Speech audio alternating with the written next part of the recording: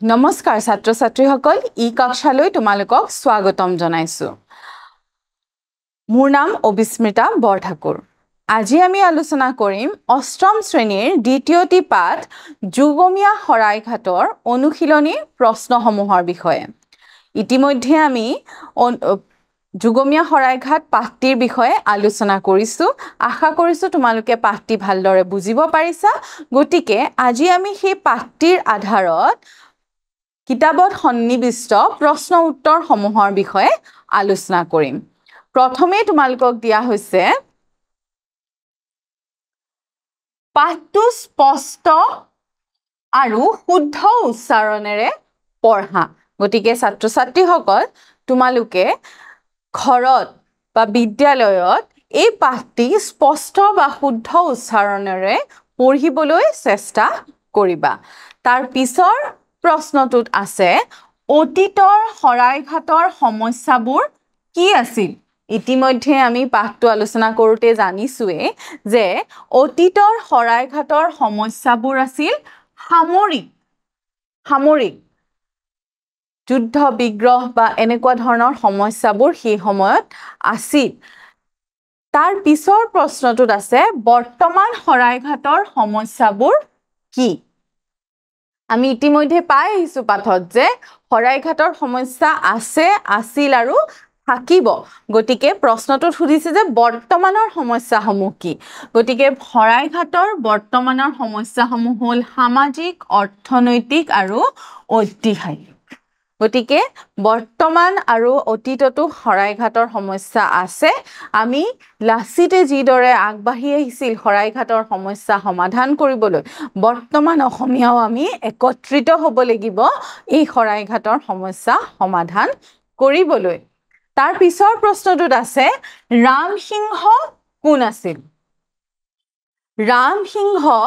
ৰাজপুতৰ ৰজা আছিল তেওঁ ঔৰংগজেব বাদশাহে অসম আক্ৰমণ কৰিবলৈ পঠাইছিল এইখিনি লিখিলেই তোমালোকে হ'ব যেহেতুকে 1 নম্বৰীয়া প্ৰশ্ন হ'ব গতিকে ইমানখিনি লিখিলেই যথেষ্ট তেওঁ কিয় অসমলৈ আহিছিল ইতিমধ্যে মই কৈছোৱে যে তেওঁ অসম আক্ৰমণ কৰি মোগলৰ দখললৈ আনিবৰ বাবে অসমলৈ আহিছিল ইয়াত তেওঁ মানে ৰামসিংহৰ কথা কোৱা হৈছে যে ৰামসিংহ অসমলৈ কিয় আহিছিল তেওঁ অসম আক্ৰমণ কৰি মোগলৰ দখললৈ আনিবৰ বাবে আহিছিল ইয়াৰ পিছৰ প্ৰশ্নটো কি সুধিছে শৰাইঘাটৰ ৰণ কাৰ মাজত হৈছিল আমি পাঠটো পঢ়োতে ইতিমধ্যে আমি জানিছোৱে যে শৰাইঘাটৰ ৰণ মোগল আৰু আহোমৰ মাজত হৈছিল তাৰ পিছৰ প্ৰশ্নটোত আছে লাচিতৰ অধীনত কিমান সৈন্য আছিল লাচিত বৰফুকনৰ অধীনত কিমান সৈন্যই শৰাইঘাটৰ যুদ্ধত যোগদান কৰিছিল তেওঁলোক আছিল প্ৰায় 1 লক্ষ মানে 1 লাখ সৈন্য সেই অসমীয়া সৈন্যই শৰাইঘাটৰ যুঁজত যুঁজ দিছিল তাৰ পিছৰ প্ৰশ্নটো আছে মোগলে নাৱেৰে সৈতে ধৰি ৰখা শৰাইঘাটীয়া সেনাপতিজনৰ নাম কি আছিল ছাত্ৰ ছাত্ৰীসকল তোমালোকে ইতিমধ্যে জানাই যে মোগলে নাৱেৰে ধৰি ৰখা শৰাইঘাটীয়া সেনাপতিজনৰ নাম আছিল কুৱামৃদ্ধা হাজৰিকা আমি ইতিমধ্যে পাঠটোত জানিছো যে যেতিয়া তেওঁ নাৱেৰে তেওঁক বন্দী কৰিব বিচাৰিছিল কি ধৰণে তেওঁ নিজৰ বুদ্ধিমত্তা ব্যৱহাৰ কৰি সেই মোগল সৈন্যৰ মাজৰ পৰা ওলাই আহিবলৈ সক্ষম হৈছিল ইতিমধ্যে আমি পাঠৰ আধাৰত ইয়াৰ বিষয়ে জানিছো গতিকে মোগলে নাৱেৰে ধৰি ৰখা শৰাইঘাটীয়া সেনাপতিজনৰ নাম আছিল কুৱামৃদ্ধা হাজৰিকা তাৰ পিছৰ প্ৰশ্নটো আছে মোগলৰ সেনাপতিক চৰাই খোজাৰ দায়ত লাচিত বৰফুকনে কাক লোৱা লগাই থৈছিল তেওঁ কাক দণ্ড বিহিছিল লুফ কৰাৰ কাৰণে কাক দণ্ড বিহিছিল মোগলৰ সেনাপতিক চৰাই খোজাৰ দায়ত লাচিত বৰফুকনে ৰামচৰণক লোৱা লগাই থৈছিল ৰামচৰণ আছিল অসমৰ এজন কটকী আৰু তেওঁ বাৰ্তা লৈ পেলাই মোগলৰ ৰজাৰ ওচৰলৈ গৈছিল আৰু তেওঁক তেতিয়া এটা আচহুৱা চৰাইৰ নাচ দেখুওৱা হৈছিল আৰু সেই নাচ দেখি তেওঁ অভিভূত হৈছিল আৰু তেনেকুৱা এটা চৰাই অসমীয়াক দেখুৱাবৰ বাবে খুজিছিল সেই কথা যেতিয়া লাচিত বৰফুকনে গম পাইছিলে যে এই ৰামচৰণৰ মনত লোভ জাগিছে আৰু সেই লোভে অনিষ্ট কৰিব পাৰে বুলি ভাবিয়ে তেওঁ কি কৰিছিলে লুৱা লগাই থৈছিলে তাৰ পিছৰ প্ৰশ্নটোত আছে ৰজা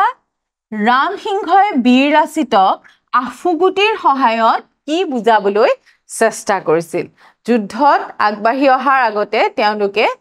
বিভিন্ন ধৰণৰ বাৰ্তা প্ৰেৰণ কৰি পেলাই নিজৰ সৈন্যবল নিজৰ বলৰ বিষয়ে পৰিচয় দিবলৈ চেষ্টা কৰিছিল ঠিক তেনেকুৱা এক সময়তে ৰামসিংহই লাচিতক আফুগুটিৰ সহায়ত মোগল সৈন্যৰ বিশাল সংখ্যাৰ কথা বুজাবলৈ গৈছিল কি কৰিছিলে ৰামসিংহই যিহেতুকে মোগলৰ সৈন্য বহুত ডাঙৰ আছিলে অসমৰ সৈন্যতকে সেই সৈন্যবল দেখাবৰ বাবে তেওঁ কি পঠিয়াই দিছিলে এটুকুলা আফুগুটি অসমলৈ পঠিয়াই দিছিলে তাৰ পিছৰ প্ৰশ্নটোত আছে লাচিতে অসমীয়া সৈন্যবল বুজোৱাৰ উদ্দেশ্যে ৰামসিংহলৈ কি পঠাইছিল আৰু যেতিয়া এটুকুলা আফুগুটি অসমলৈ পঠাই দিছিলে লাচিত বৰফুকনৰ ওচৰলৈ পঠিয়াই দিছিলে তেতিয়া লাচিত বৰফুকনেও অসমীয়া সৈন্য বল বুজাবৰ কাৰণে কি পঠিয়াই দিছিলে এচুঙা বালি পঠিয়াই দিছিল লাচিতে অসমীয়া সৈন্যবল বুজোৱাৰ উদ্দেশ্যে ৰামসিংহলৈ এচুঙা বালি পঠিয়াই দিছিল লগতে তেওঁ কৈছিল যে আফুগুটি পঠিয়াইছা হয় আফুগুটি কিন্তু পতাত পিহিলে মিহি হৈ যাব কিন্তু বালিক তুমি পিহি পেলাই শেষ কৰিব নোৱাৰা সেই অৰ্থতেই তেওঁ কি কৰিছিলে এচুঙা বালি পঠিয়াই দিছিলে তাৰ পিছৰ প্ৰশ্নটো চাওঁ আহা পাঠটোত থকা কঠিন শব্দবোৰৰ শব্দ সম্ভাৰ আৰু অভিধান চাই জানি লোৱা গতিকে ছাত্ৰ ছাত্ৰীসকল পাঠটোত যিসমূহ তোমালোকে কঠিন শব্দ পাইছা সেইসমূহ তোমালোকে অভিধান চাই ডিক্সনাৰী চাই পেলাই তাৰ অৰ্থসমূহ লিখিবলৈ চেষ্টা কৰিবা পাঠটো আলোচনা কৰোঁতে ইতিমধ্যে যিসমূহ কঠিন শব্দ আছে তাৰ বিষয়ে আলোচনা কৰা হৈছে সেইসমূহ শ্ৰেণী তোমালোকে চালে গম পাবা আৰু তাৰ উপৰিও তোমালোকৰ কঠিন শব্দ যদি তোমালোকে বিচাৰি পোৱা সেইসমূহ তোমালোকে জানিবলৈ চেষ্টা কৰিবা অভিধানৰ সহায়ত ইয়াৰ পিছৰ প্ৰশ্নলৈ আহো পাঠক থকাৰ দৰে সংলাপবোৰ লিখা আমি পাঠটো পঢ়োতে পাইছিলো সেই সময়ত মোগল আৰু অসমীয়া সৈন্যৰ যুদ্ধৰ আগে আগে সেই সময়খিনিত বিভিন্নজনে বিভিন্ন ধৰণৰ নিজৰ উক্তি দিছিল সেই সমূহৰ বিষয়ে ইয়াত সোধা হৈছিল প্ৰথম প্ৰশ্নটোত আছে কথাৰ যুদ্ধৰ বলে নোৱাৰি ৰামসিংহই ব্ৰহ্মপুত্ৰ পাৰ হৈ গুৱাহাটীৰ গড় ল'বলৈ চেষ্টা কৰা সময়ত জ্বৰৰ গাৰে লাচিত বৰফুকনে অসমীয়া ৰনুৱাসকলক কি কৈছিল তেওঁ কি বুলি কৈছিল যেতিয়া মোগল আহিবলৈ হৈছিল আৰু সেই সময়ত লাচিত বৰফুকন নৰিয়াত পৰি আছিল সেই সময়ত তেওঁ অসমীয়া সৈন্য সম্বোধি কি কৈছিল সুধিছে তেওঁ কৈছিল অসমীয়া ৰনুৱাসকল মই যুঁজিহে মৰিম শিলা পৰ্বতৰ ওপৰত এচপৰা মাটি কিনি থৈছো তাত মোৰ শটো থবা নাইবা মোক বঙালে ধৰি লৈ যাওক তোমালোকে সুখেৰে ঘৰলৈ উভতি যোৱা এই কথাখিনি তেওঁ সেই সময়ত কৈছিল আশা কৰিছো তোমালোকে বুজিব পাৰিছা তাৰ পিছৰ প্ৰশ্নটো চাওঁ আহা অসম এৰি যোৱা সময়ত ৰামসিংহই অসমক প্ৰশংসা কৰি কি কৈছিল আৰু আমি জানোৱেই যে শৰাইঘাটৰ ৰণত কোন জয়ী হৈছিলে অসমীয়া সৈন্যবল জয়ী হৈছিলে লাচিত বৰফুকনৰ নেতৃত্বত সেই সময়ত অসমে মোগলৰ সৈন্যক ইয়াৰ পৰা খেদাই পঠাবলৈ সক্ষম হৈছিলে আৰু যেতিয়া তেওঁলোক উভতি গৈছিলে সেই সময়ত ৰামসিংহই কি কৈ গৈছিল সেইটোৱে সুধিছে অসম এৰি যোৱাৰ সময়ত ৰামসিংহই অসমক প্ৰশংসা কৰি কি কৈছিল ধন্য ৰজা ধন্য মন্ত্ৰী ধন্য সেনাপতি ধন্য সেনা অকল এজন মানুহে সকলো সৈন্য চলায় ই কি আচৰিত মই হেন ৰামসিংহ নিজে যুদ্ধৰ সেনাপতি হৈও একোতে সুবিধা নাপাওঁ এই কথাষাৰ কোনে কৈছিল ৰামসিংহই কৈছিল অসমৰ যি সৈন্যবল যি লাচিত বৰফুকনৰ যি নেতৃত্ব সেই নেতৃত্বক প্ৰশংসা কৰি তেওঁ এই কথাষাৰ কৈছিল তাৰ পিছৰ প্ৰশ্নটোলৈ যাওঁ হা কোনোবাই যুদ্ধৰ কামত মন এৰি ইফাল সিফাল কৰে বুলি বীৰ লাচিত বৰফুকনে কামাখ্যা গোসানীলৈ সেৱা কৰি কি ঘোষণা কৰিছিল তেওঁ কি কৈছিল যাতে কোনেও নিজৰ কামৰ পৰা পিছ হুহুকি নাহে কোনেও যাতে এলাহ নকৰে নিজৰ কামত সেই সমূহক সতৰ্ক কৰি দিবৰ বাবে লাচিত বৰফুকনে কৈছিল যুদ্ধৰ কামত পাছ হুহুকিলে মই এই হেংদাঙেৰে তাক দুদুখৰ কৰি কাটিম পাছতহে স্বৰ্গদেউ জনাম এই উক্তিষাৰ তেওঁ কৈছিলে কোনোবাই যুদ্ধৰ কামত মন এৰি ইফাল সিফাল কৰে বুলি বীৰ লাচিত বৰফুকনে কামাখ্যা গোসানীলৈ সেৱা কৰি ঘোষণা কৰিছিল যুদ্ধৰ কামত পাছ হুহুকিলে মই এই হেংদাঙেৰে তাক দুদুখৰ কৰি কাটিম পাছতহে স্বৰ্গদেউ জনাম তাৰ পাছৰ প্ৰশ্নটো চোৱা বৰ আইকুঁৱৰীয়ে কাপোৰৰ আঁৰৰ পৰা স্বৰ্গদেউক কি উপদেশ দিছিল বৰ আইকুঁৱৰী মানে হৈছে স্বৰ্গদেউৰ পত্নী স্বৰ্গদেউৰ পত্নীয়ে সেই সময়ত শৰাইঘাটৰ যুদ্ধৰ আগতে কিনো কথা কৈছিল সেই বিষয়ে সুধিছে বৰ আইকুঁৱৰীয়ে কাপোৰৰ আঁৰৰ পৰা স্বৰ্গদেউক কৈছিল বৰফুকনৰ কথা মানি চলিলেহে যুদ্ধত জয়লাভ হ'ব ফুকনৰ কথা নৰজিলে আমাৰ পৰাজয় হোৱাটো নিশ্চিত ইয়াত বৰফুকন বুলি লাচিত বৰফুকনৰ কথা কোৱা হৈছিলে গতিকে যেতিয়া স্বৰ্গদেউ কোনোবাই গৈ কৈছিলেগে যে তেওঁ লাচিত বৰফুকনে হুংকাৰ দিছে যে কোনোবাই যদি কামত পিছ হুহুকে তেওঁ হেংদাঙেৰে কাটি দুদুখৰ কৰিব পাছতহে স্বৰ্গদেউ জনাব এই কথাটো কোনোবাই গৈ স্বৰ্গদেউৰ কাণত পেলাইছিল তেতিয়া বৰ আইকুঁৱৰীয়ে কৈছিল যে বৰফুকনৰ কথা মানি চলিলেহে যুদ্ধত জয়লাভ হ'ব ফুকনৰ কথা নৰজিলে আমাৰ পৰাজয় হোৱাটো নিশ্চিত তাৰ পিছত চোৱা কিছু প্ৰশ্ন দিয়া হৈছে যিসমূহ তোমালোকক বহলাই লিখিবলৈ দিয়া হৈছে আহাচোন চাওঁ প্ৰথম প্ৰশ্নটো কি আছে যুদ্ধত জয়ী হ'বলৈ যুদ্ধৰ আহিলাৰ বাহিৰে আৰু কিহৰ প্ৰয়োজন আছে লিখা গতিকে যুদ্ধ এখন জয় হ'বলৈ হলে কেৱল অস্ত্ৰ শস্ত্ৰই জানো জয় হ'ব পাৰি কিন্তু মানুহৰ লাগিব মনোবল দৃঢ়তা এই সমূহ বস্তু লাগিব গতিকে এই সমূহ আছিল বাবে সেই সময়ত শৰাইঘাটৰ ৰণত অসমীয়া জয়ী হৈছিল গতিকে যুদ্ধত জয় হ'বলৈ যুদ্ধৰ আহিলাৰ বাহিৰেও বেছি প্ৰয়োজন সৈনিক বৃন্দ আৰু সমগ্ৰ জাতিৰ স্বাৰ্থহীন মনোবৃত্তি কৰ্মনিষ্ঠতা যুদ্ধ জয়ৰ কাৰণে উত্ৰাৱল অথচ নিশ্চিত অভিলাষ যুদ্ধ জয় হ'বলৈ হলে নিশ্চিত অভিলাষ তেওঁলোকৰ চেষ্টা লাগিব অভিলাষ লাগিব কৰ্মনিষ্ঠতা লাগিব নিজৰ কামটো ভালদৰে কৰিব লাগিব দৃঢ়তা লাগিব যুদ্ধ জয়ৰ মানসিকতা লাগিব এই সমূহ থাকিলেহে যেনেদৰে এখন খেল খেলিবলৈ হলো সেই মানসিকতাখিনি যদি আমি নাথাকে তেতিয়াহলে আমি সেই খেলখনত জিকিব নোৱাৰো ঠিক তেনেদৰে যুদ্ধ এখন জয় কৰিবলৈ আমাক এই সমগ্ৰ জাতিৰ স্বাৰ্থহীন মনোবৃত্তি কৰ্মনিষ্ঠতা যুদ্ধ জয়ৰ কাৰণে উত্ৰাৱল অথচ নিশ্চিত অভিলাষ লাগিব সেইদৰে আমি জীৱনটো জীয়াই থাকিবলৈ আমি জীৱনত আগবাঢ়ি যাবলৈ এই সমূহ বস্তু আমাক লাগে তাৰ পিছত চোৱা সেনাপতি কুৱামিদ্ধা হাজৰিকাই কি কৌশলেৰে মোগলৰ সৈন্যৰ মাজৰ পৰা হাৰি আহিবলৈ সক্ষম হৈছিল আমি ইতিমধ্যে জানিছো যে মোগলৰ সৈন্যয়ে নাৱৰে কুৱামিদ্ধা হাজৰিকাক বেৰি ধৰিছিল তেওঁ বন্দী কৰিছিল কিন্তু তেওঁ সেই বন্দীৰ পৰা ওলাই আহিবলৈ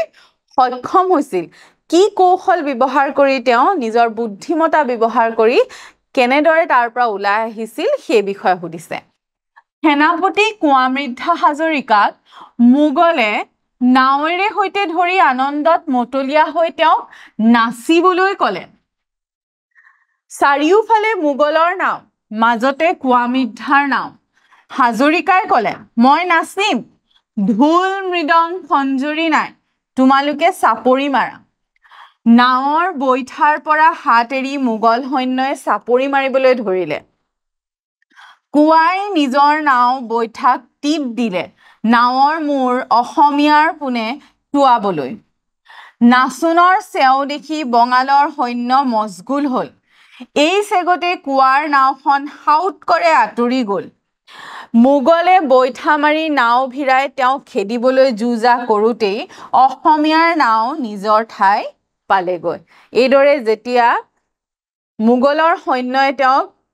আবদ্ধ কৰি পেলাই বন্দী কৰি পেলাই তেওঁক নৃত্য কৰিবলৈ ক'লে সেই চেগতে তেওঁ নিজৰ বুদ্ধিমতা ব্যৱহাৰ কৰি ক'লে যে যিহেতুকে ঢোল কোনো বাদ্যযন্ত্ৰ তাতে নাই গতিকে মোগলক হাত চাপৰি মাৰিবলৈ ক'লে আৰু তেওঁ নাচিব বুলি ক'লে আৰু সেই চেগতে তেওঁৰ নাৱৰীয়াক টিপ দিলে যে তাৰ মাজতে পাৰ হৈ যাবলৈ আৰু যেতিয়া মোগলৰ সৈন্যই হাত চাপৰি মাৰি মতলীয়া হৈ আছিল সেই চেগতে কোৱামিদ্ধা হাজৰিকাৰ নাও ওলাই গৈ অসমীয়াৰ নাৱৰ ওচৰ পালেগৈ এইদৰে তেওঁ নিজৰ বুদ্ধিমত্তা ব্যৱহাৰ কৰি কৌশলেৰে মোগলৰ হাতৰ পৰা ওলাই আহিবলৈ সক্ষম হৈছিল তাৰ পিছত দিছে শৰাইঘাটৰ ৰণত অসমৰ বিজয়ৰ মূলতে থকা কথাবোৰ লিখা কি কথাৰ বাবে শৰাইঘাটৰ ৰণত অসমীয়াৰ জয় হৈছিল সেই বিষয়ে লিখিবলৈ কৈছে